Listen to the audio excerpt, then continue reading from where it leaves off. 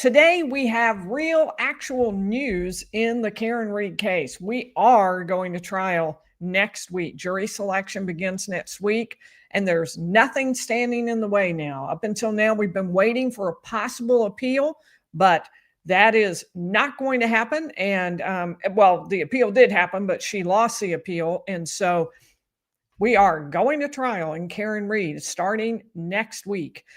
Also, there was a hearing today and some news about text messages that the Commonwealth is going to receive.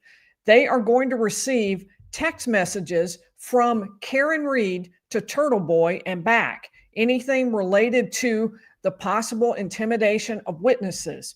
So we're going to talk about what it is they're going to get, but they asked, the Commonwealth wanted something even more than that, and they're not getting it. So we're going to be talking about what they wanted. We're going to be talking about whether this is even going to make a difference in the case. So for those of you who have not been following along, Karen Read is accused of backing her car into her boyfriend, John O'Keefe, leaving him to die in the snow. She has already been through one trial. She says that she was dropping her boyfriend off at a party and the people inside there killed him, dragged him out, and left him to die in the cold. So the judge declared a mistrial after that first trial when the jury seemed to be unable to reach a decision. Now, as it turns out, after the trial, several jurors came forward and they said the jury, in fact, had decided that Karen Read was not guilty of 2 of the 3 charges against her. They were only deadlocked on one, the one in the middle with the lesser charges. In fact, I'll go ahead and put the graphic of that up. It'll take me just a second to get there, but let me pull this up. This is a graphic I did just of the charges against Karen Read and what the elements of them are. What she was accused of is second-degree murder, the one in gray, manslaughter while operating a motor vehicle while under the influence of liquor, and there were 2 possible lesser charges in there. One, involuntary manslaughter, and the other, motor vehicle homicide, felony, OUI, liquor, and negligence. Then the third charge was leaving the scene of a collision resulting in death. And the jurors who have spoken up have pretty uniformly agreed that as to second-degree murder and leaving the scene of a collision resulting in death, they did not find Karen Read guilty, but they were deadlocked trying to figure out what to do with that middle charge related to manslaughter. So that is what the jury actually was discussing, but they never were asked, never came forward with their decision as to 2 of those counts. So as a result, Karen Read is going to trial on all 3 counts. Now, she had argued that she shouldn't have to do that. The first jury decided, and at a minimum, the jurors ought to be called in and questioned. And if they aren't called in and questioned, then the court ought to just fine for her, that it wasn't fair that the judge never asked the jurors about what they had decided on those 2.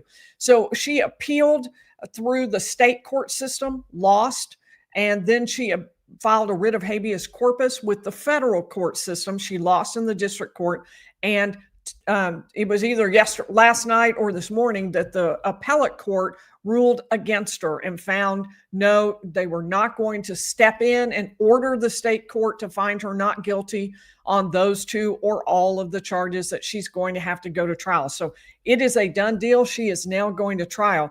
There was some question about whether or not it would be a good idea to go ahead and start trial while this was still out there pending, when there had not yet been a decision by the Federal Court of Appeals, but now there has been a decision. So there's nothing standing in the way of jury selection beginning next week.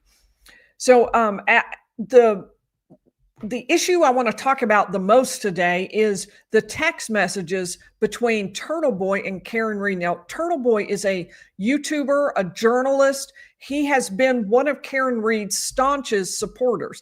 I would say, in my opinion, he is in very large part responsible for getting her message out. And it is getting that message out that has given her a shot. I think if that had not happened, that she would be in prison right now, having been convicted.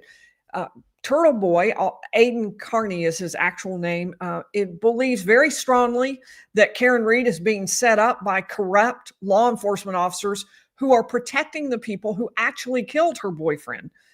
her boyfriend, John O'Keefe, was outside the home of Brian Albert, a Boston police officer, and Karen Reed and Turtleboy believe that the people inside the home were actually committed the murder, but that they're being protected because of their connections to law enforcement. So the authorities in Massachusetts say that Turtleboy has crossed a line, that he went from just ardent support as in a form of media to literally intimidating witnesses in the Karen Reed case. And they have charged him with that. He is being charged criminally in that area. He was indicted, and prosecutors are convinced that he was working with Karen Reed hand in hand when he intimidated those witnesses. They tried to indict Karen Reed too, but the grand jury refused to indict Karen Reed for witness intimidation. We do know that Turtleboy and Karen Reed have communicated. We know that in part because what this is about is whether or not their text messages will come out. The court has ruled they will. We don't know what's going to be said in those yet. In fact, the Commonwealth doesn't know what's going to be said in those yet. But we're going to talk a little bit about some hints we got from the hearing today.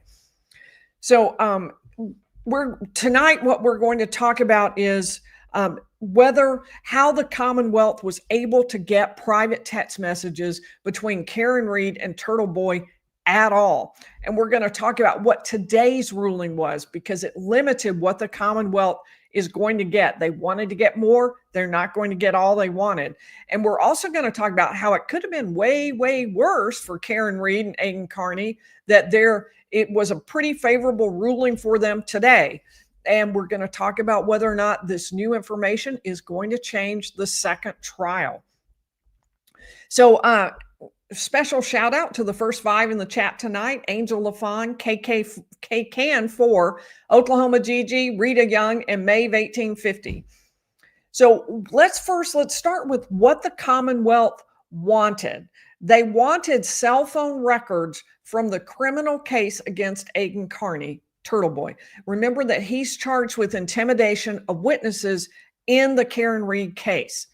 And so in his case, in his criminal case, they've taken his cell phone. They have a couple of different cell phones, as I understand it, and they want to take that data and use it in the case against Karen Reed. And of course, the more they get, the better. But in this case, they specifically want anything between Karen Reed and Aidan Carney. Let's take a look at the order that the judge put out last week. Let me switch over to that order and put that on the screen for you. All right, here we go.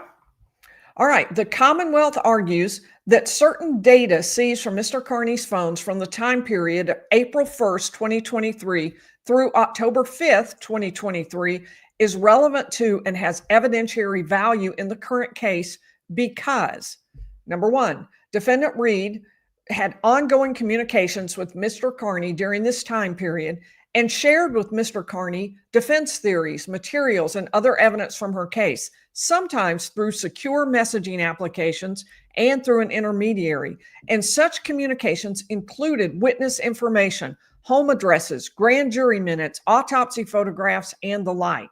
Number two, an inference can be made that the parties encouraged Mr. Carney to personally attack witnesses and their family members with a sole purpose to embarrass, intimidate, harass, and deter these individuals from testifying. Number three, the Commonwealth intends to use the data concerning certain communications found on Mr. Carney's phones relating to such alleged witness intimidation in light of the defendant's ongoing communications with Mr. Carney as evidence of the defendant's consciousness of guilt. So unpacking that, what they want to get is three things. They say, look, what she was doing was contacting Aidan Carney and feeding him information about her case. And there's an inference that the reason they did that and the reason she fed that to Aidan Carney was to encourage him to personally attack these witnesses. And that the Commonwealth wants to use this to show that Karen Reed was conscious of her guilt. Now, the court, I don't think, had to give them this information because of this. The the grand jury refused to indict Karen Reed on intimidation of witnesses. So they didn't find that connection, that feed through. But the court is saying, look, this is just getting information. This is not a decision about whether or not this is going to come in at trial. All this is a question of whether or not the Commonwealth in Karen Reed's case can even see these text messages. That's the only thing up for decision right now. And in that case, the fact that the Commonwealth argued that the fact that Karen Reed would be feeding information to Aidan Carney, or that he would be texting her, that could be evidence that she knew she was guilty and needed to contact or influence witnesses. It's difficult to understand how the court reached the conclusion that it would show consciousness of guilt without also showing guilt in intimidating witnesses. But it is just an early stage. This is not an actual stage where this is being produced and admitted in, I should say it this way. This is not where it's actually being admitted into trial. This is just where it's being produced. That's all that's happening, is production of the documents to the Commonwealth. And so the Commonwealth said, look, this proves something in Karen Reed's case, so we want those text messages. Now, at this point, let's talk a little bit about what the rules are, and what they wanted to do. What the Commonwealth wanted to do was take this further. Instead of just getting the information, the text messages between Aidan Carney and Karen Reed, they believe that there are also text messages between Aidan Carney and Karen Reed's attorneys. So that Turtleboy was texting or messaging Alan Jackson, and he was messaging or texting Yannetti, Miss Little, that contact was happening.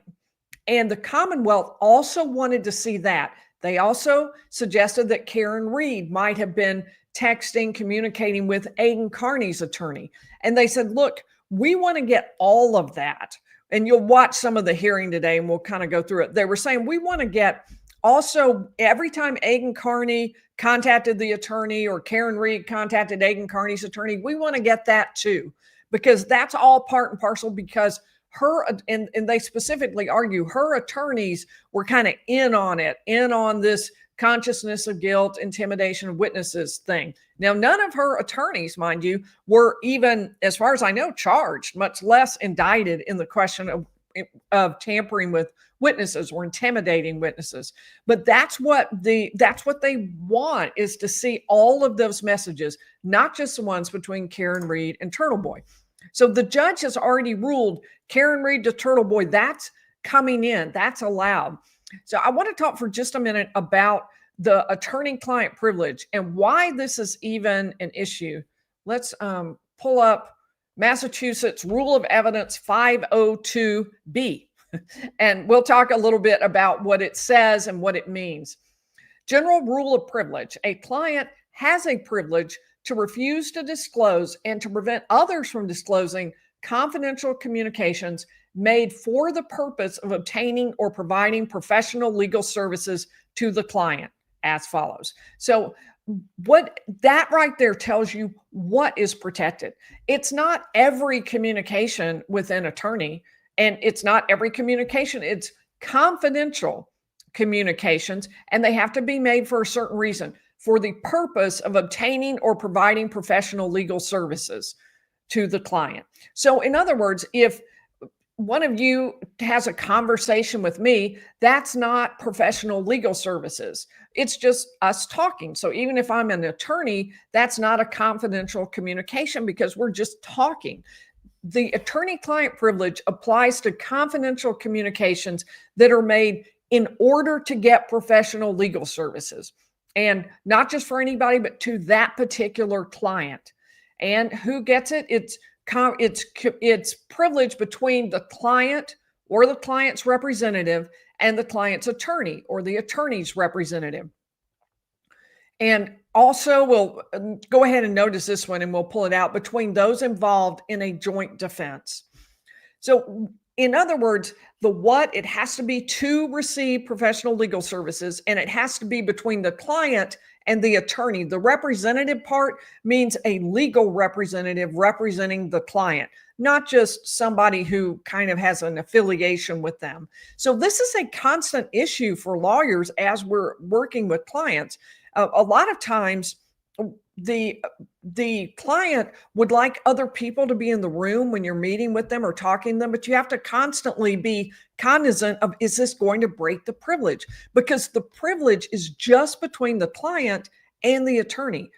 As soon as you introduce a third party, then you no longer have the privilege. And so when Aiden Carney talks to Karen Reed's lawyers, there's not a privilege. Karen Reed's lawyers don't represent Aiden Carney. And when Karen Reed talks to Aiden Carney's attorneys, they don't represent each other. But there's another issue. That's only one of the two issues that the court had to look at. So everybody, well, not everybody, but there is an argument by the Commonwealth that this is not attorney-client privilege, but that is not the only thing that the court has to decide. That's just one of two things. So the other question is the communication relevant? Does it have anything to do with what we're talking about here? And in this particular case, in this particular case, Turtleboy and his attorney and Karen Reed and her attorney are saying, look, what does it prove as far as Karen Reed's consciousness of guilt, realization that she is guilty? What would that have to do with it if her attorney talks to Aiden Carney? That doesn't prove anything in Karen Reed's case. And of course, other way around as well. Karen Reed talking to Aiden Carney's attorneys doesn't prove she thinks she's guilty. So even if there's some kind of communication, there's another issue, which is it relevant? So I want to take a look at what the court said in that first order. This is an order he did last week. And then we're going to look at what the Commonwealth tried to do to make this broader. They wanted more than what they got last week. So let's add to this stage again and take a look at that. Okay, so we're going to go back into the order from last week. And the judge said the Commonwealth argues that the requested data is relevant as consciousness of guilt evidence. Indeed, the defendant's own conduct, whether sending text or other messages and information to Mr. Carney related to Mr. Carney's alleged acts of witness intimidation, would seem relevant under the circumstances. However, the Commonwealth's request commands the production of far more. Even in its narrowed scope, the request requires the production of data far beyond just Mr. Carney's communications with the defendant.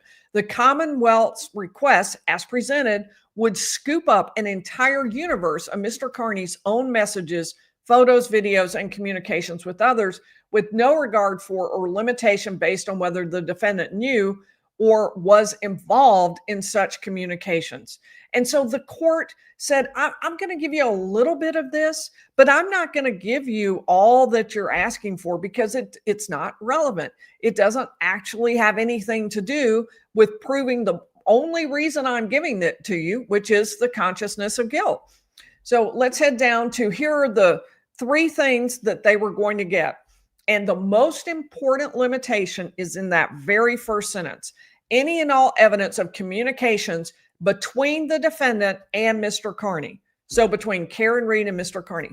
And that's not anyone else. That's not communications Mr. Carney had with witnesses. That's not communications that Mr. Carney had with Karen Reed's lawyers. It's not Karen Reed's communications with his lawyers. It's only communication between Karen Reed and Mr. Carney. And three things: communication between Mr. Carney and any witness or family members of a witness involved in murder of John O'Keefe, to include but not limited to, and they named several witnesses, Matthew McCabe, Jennifer McCabe, Brian Albert, Christopher Albert, Colin Albert, Juliana Albert, Michael Proctor, and Elizabeth Proctor. And there's a time limitation too, the same one requested, April 8th, 2023 to October 5th of 2023. Then there are two other things that are allowed: pictures or videos depicting evidence of intimidation of a witness, of any witness or family members of a witness, and data evidencing dissemination of data depicting evidence of intimidation of a witness, of any witness or family members of a witness. And they may mean or any witness or family members of a witness. So, but this already is a pretty significant win for the Commonwealth, for them to get to see this, because what they're getting to see is the communications, text messages between Karen Read and Aidan Carney. And it's communications that between Mr. Carney, where they are talking about, Karen Read and Carney are talking about communication between Carney and a witness, or pictures of video depicting any kind of witness intimidation by Aidan Carney, or disseminating data depicting evidence of intimidation.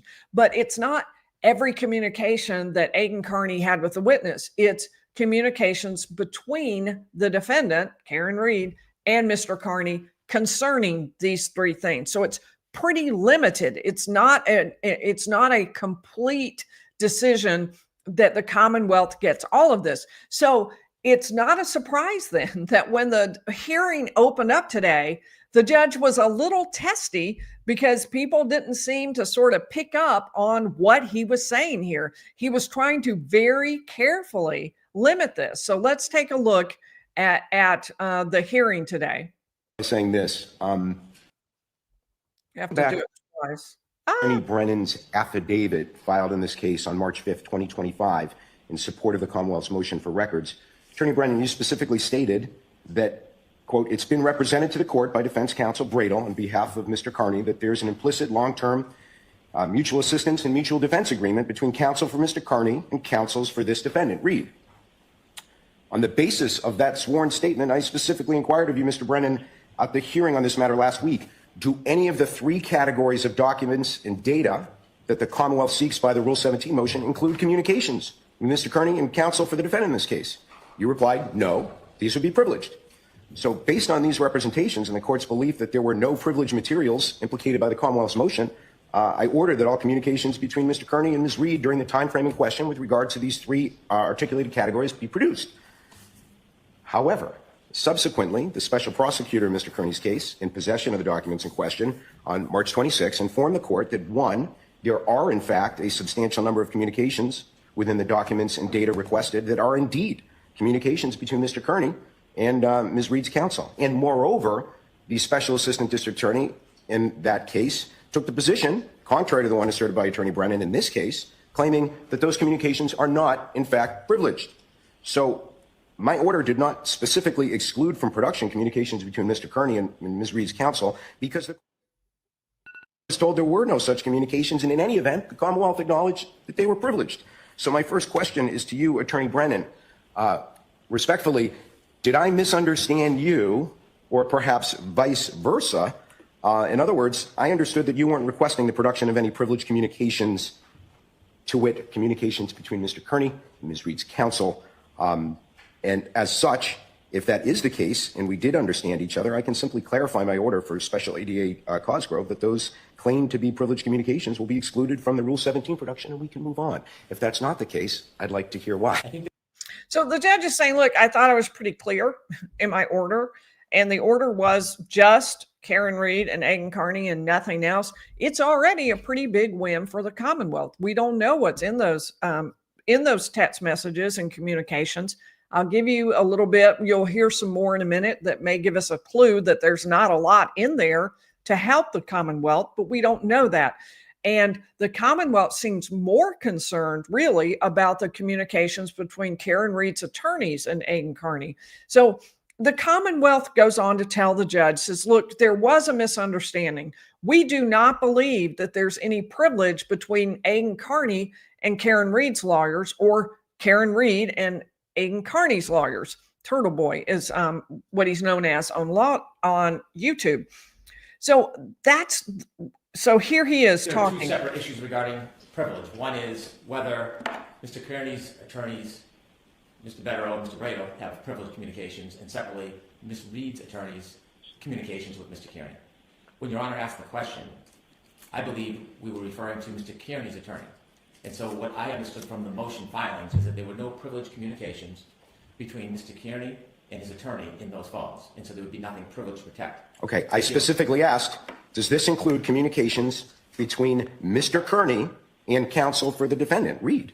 I don't doubt that you asked that if that is what happened, but that wasn't my answer to the question because perhaps I was focused more on Mr. Kearney. So you confirmed today that we misunderstood each other? Or I misunderstood. I'll take responsibility for it. But I was trying to be protective of the attorney-client privilege between Mr. Kearney and his attorneys, Mr. Brado and Mr. Betterow. Okay, well, we all agreed, counsel, that those, in fact, would be privileged communications without question. Of course, undoubtedly. I do not believe there is any attorney-client privilege between Ms. Reed's lawyers and Mr. Kearney, because those communications are not covered by attorney-client privilege because none of Ms. Reed's lawyers are attorneys for Mr. Kearney. So remember that one point that I mentioned when we read the Rule 502? What if they were in a joint defense position where they are jointly trying to defend themselves against charges or against claims? Well, then there might still be a privilege. So the judge now explains he's going to take a look at that. He's going to ask questions of Mr. Kearney's attorneys and to find out, he's going to find out more about that. And he began by telling Judge Krupp, well, there's a joint defense issue, Your Honor. And Judge Krupp asked, so it would predate any jeopardy of Mr. Kearney. And then Mr. Brado responded, well, it's a little more complicated because we know he was under investigation along with Ms. Reed without any resultant charges, so we would contend that does not fall under the umbrella. After more questions by the court, Mr. Brado answered, we don't have an agreement, but there's been an ongoing long-term implicit mutual assistance and mutual defense that I myself have been part of for a long time, and Attorney Betterow has as well. And Judge Krupp said, I really have no idea what that is. And so inevitably, there was no establishment of an attorney-client relationship between the two. Inevitably, and after that, Attorney Betterow attempted to file an appearance on behalf of Ms. Reed.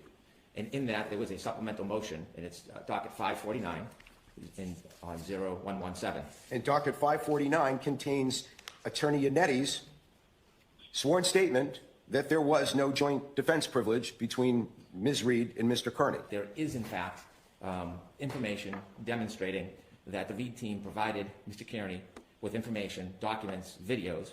It suggested that at times they would suggest angles for him to use it or to refrain from using it.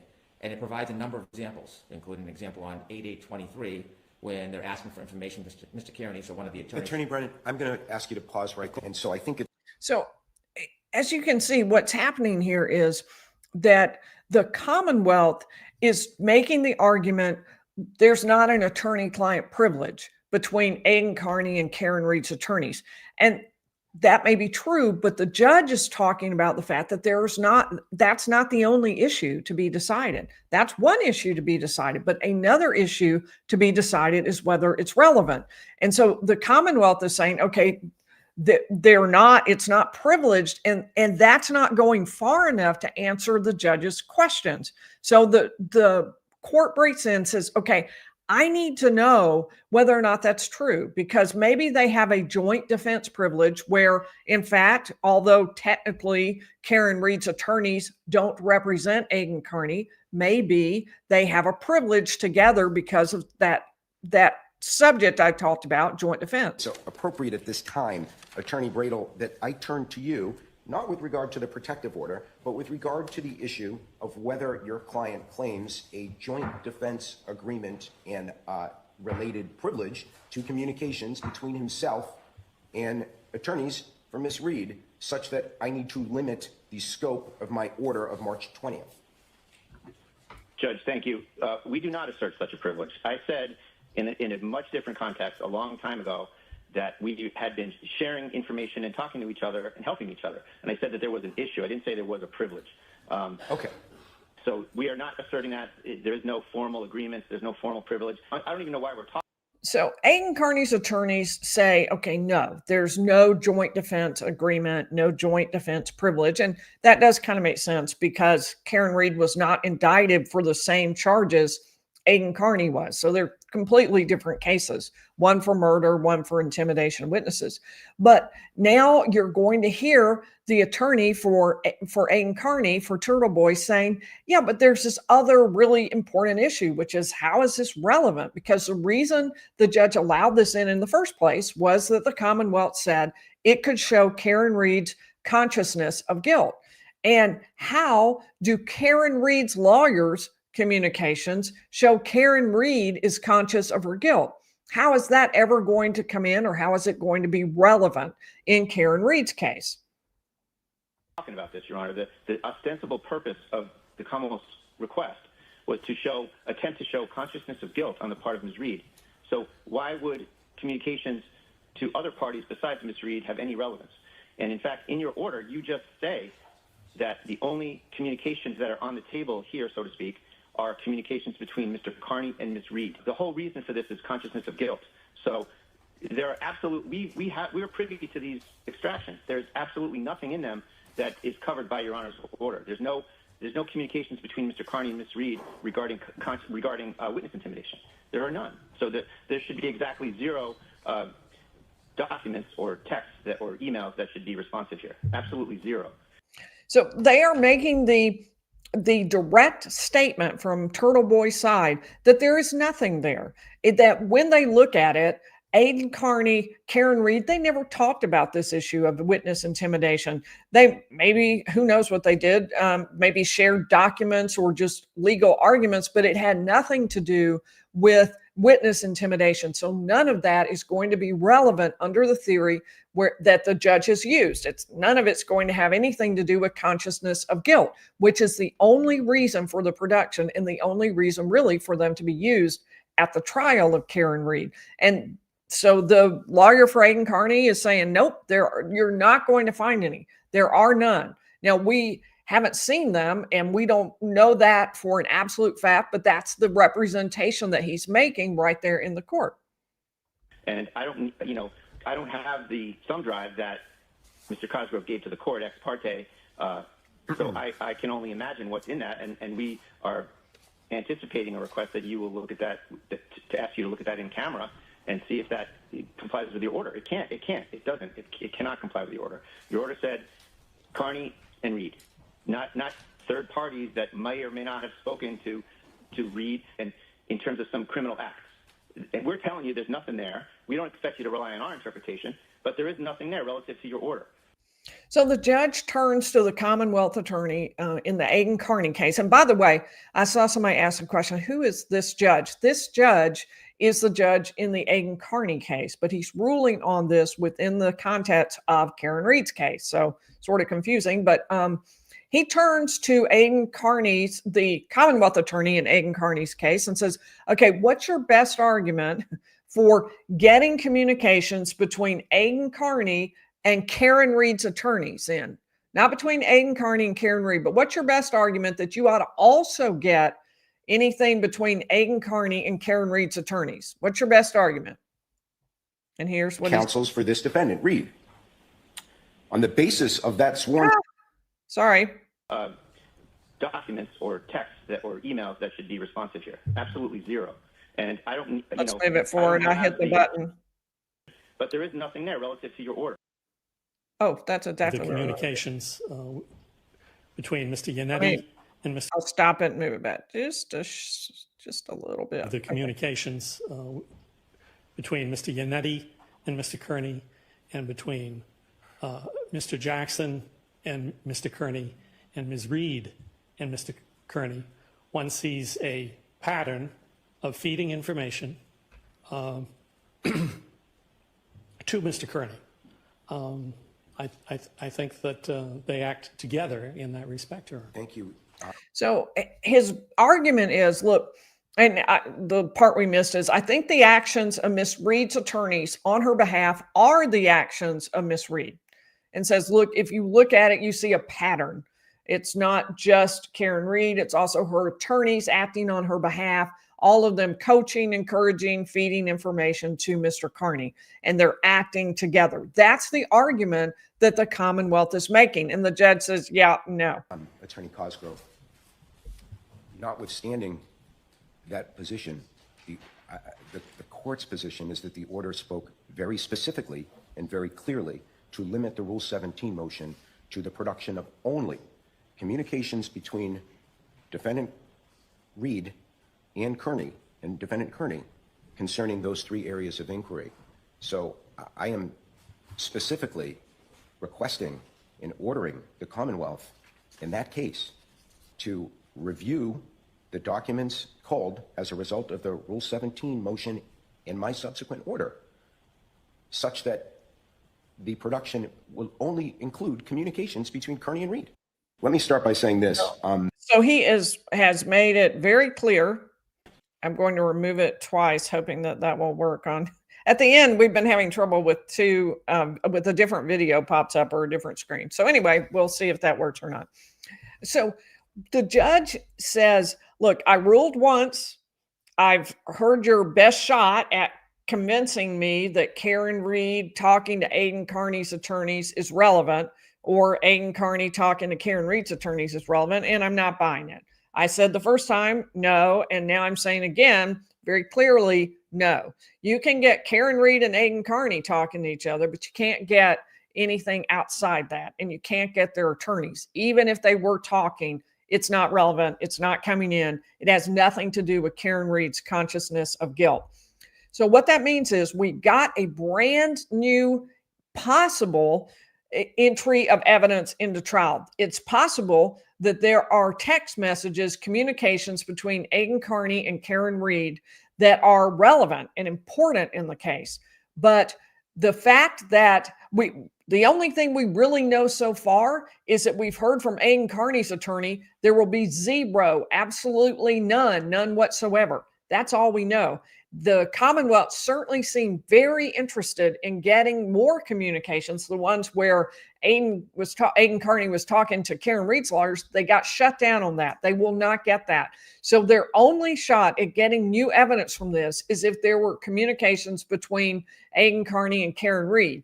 We don't know what those are. We'll be finding that out. Or if Aiden Kearney's attorney is correct, we will not be finding that out because there will be absolutely nothing new. It's a potential new area for the Commonwealth to explore at trial. They're going to be getting these probably over the weekend. I think the attorney said by Monday, and then they will be making the decision as to whether to bring it forward, whether to try to use it at trial, and whether or not to present it to the judge in order to get approval to use it at trial. That will all be coming up in the next weeks as jury selection begins and as we move forward into the trial of Karen Reed.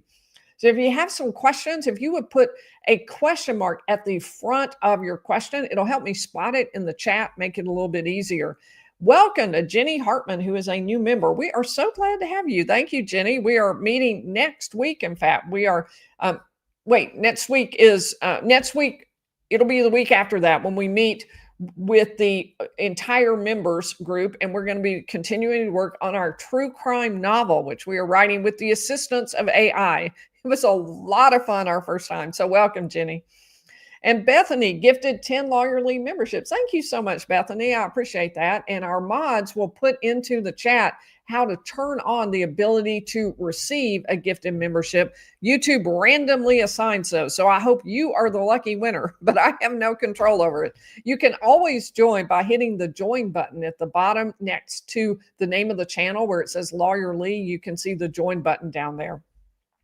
Speaking of buttons, if you haven't hit the like button, I would appreciate it if you would, and also subscribe. So let's take a look at the questions over here. I'm going to back up a little bit. Okay, there's Elevate the Process is asking about the prosecution not being able to use group chats because of attorney-client privilege.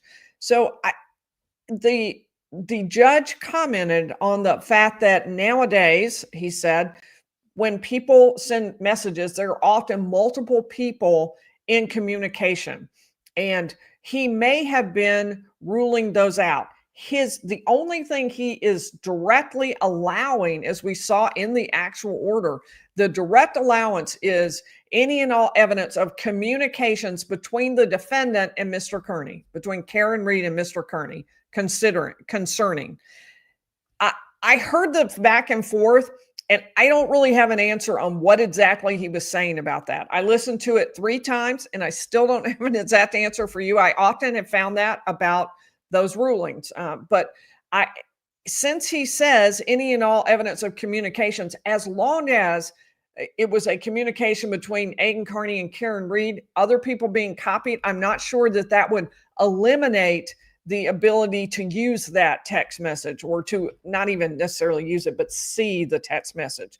But it's a good question, and I couldn't tell the answer. If anyone knows, and I think when I say I couldn't tell I don't think it was clear at all what the ruling on that particular issue was. I just didn't think the wording was clear enough to get an actual meaning out of that. Michael Lalonde asking about, have I set a new date for the interview with my dad? I have not. My dad turned 90, and so we're going to have a celebrating 90. What's the best? What are the best pieces of advice he can give us? We're going to be doing that, and we haven't set the date yet. But thanks for reminding me. He got sick. We were going to schedule it, and he got sick. So, Bonbon, do you think Brennan was grasping at straws? So, Bonbon, Brennan is new counsel. He's going to be trying the Karen Reed case. He's stepping into a case where the initial attorney, Lally, was widely vilified. People felt like he didn't do a good job. They gave him a lot of negative reviews across social media and across YouTube. And so he came into a very negative situation. He has been filing anything and everything, trying to change the course of the case. I realize that the general perception is that the judge rules against Karen Reed, but the truth is that Brennan has been shot down a lot in his attempt to change things for trial number 2. It's not uniform. There's something. Anytime you retry a case, it's going to be different. It will be very, very different. But not just that, what will be different about the evidence? He lost a lot of motions on that. This is another one where he's getting a little bit of what he wants, but not the entire thing that he wanted. He wanted a lot more, and the judge said no. So is he grasping at straws? He's filing motions on everything. He is trying to change the way the case gets tried. And I think he's had not a lot of success with that. He's had a lot of effort and only minimal success at getting those things changed. That doesn't mean the case won't be really different, because it will be. Camilla Juliana asked, do secure communication apps such as Signal provide greater protection for defendants? In general, I think that they do.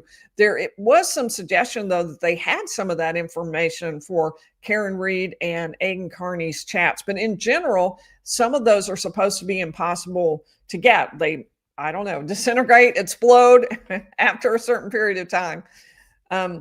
Scott05 says, jury selection will take a while. Agree. I really do, Scott. I really agree with that. And the issue is that so many people know about this case now, not just locally, which is what matters for picking a jury, but internationally. This case has been widely followed. It has hit a lot of hot button issues about law enforcement and law enforcement corruption that are really bothering people. So this is something that has been widely communicated in the area around where this is being tried. This is the Canton Police Department that was involved. It's being tried near Boston in Norfolk. And this is going to be very difficult to get a jury that hasn't heard tons about the case and has formed an opinion, because so many people have. It is widely communicated in the media, in social media, on YouTube. It's everywhere. And so it's going to be hard. The judge is worried about that. They are bringing in a lot of jurors because they know it's going to be difficult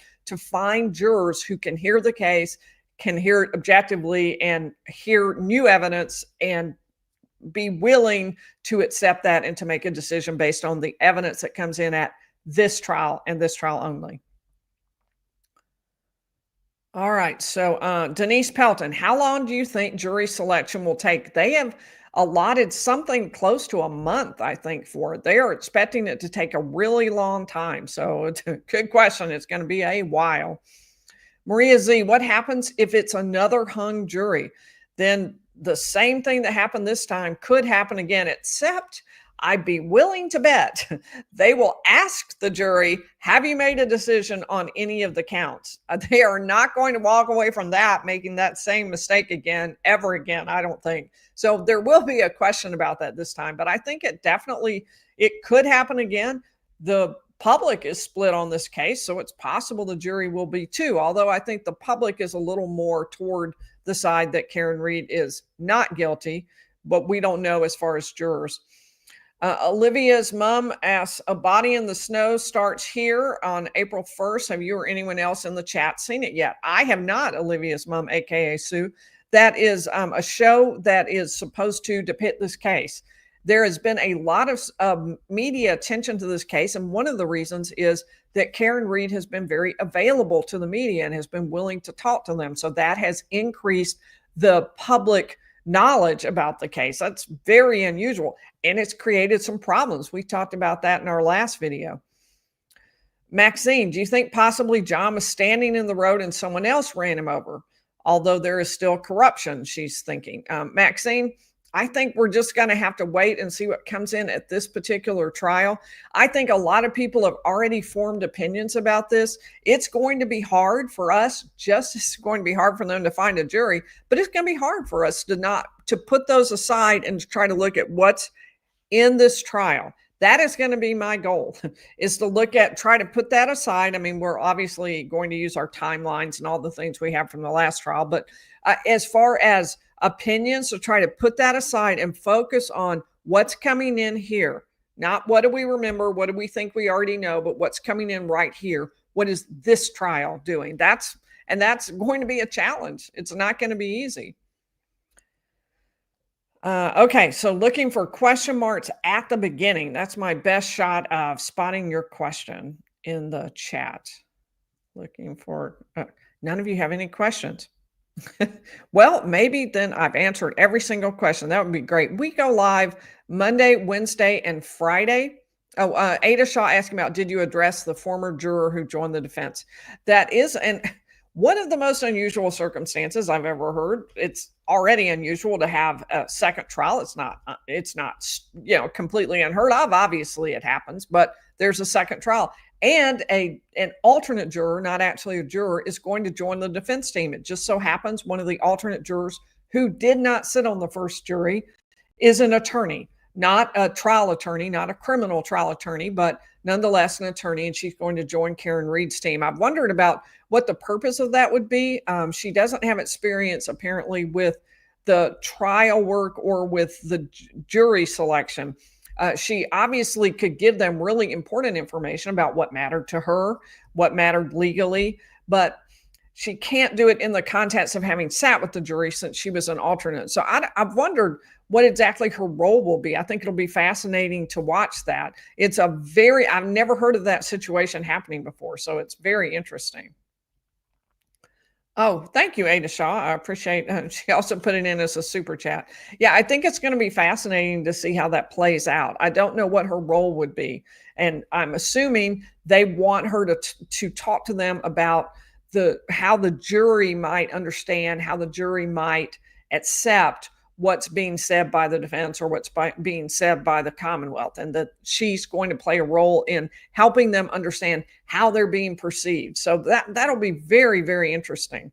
I also think both sides would be wise to pay attention to what happens on social media. I realize it's an overwhelming amount and drinking from a fire hose level, but I think it really does make a difference if people can if an attorney could understand. It's like a juror focus group going on right in the middle of trial. So you can kind of like when the presidential debates happen and they gather people together in a room and they have the little meters that, oh, that was really good. No, that was really bad.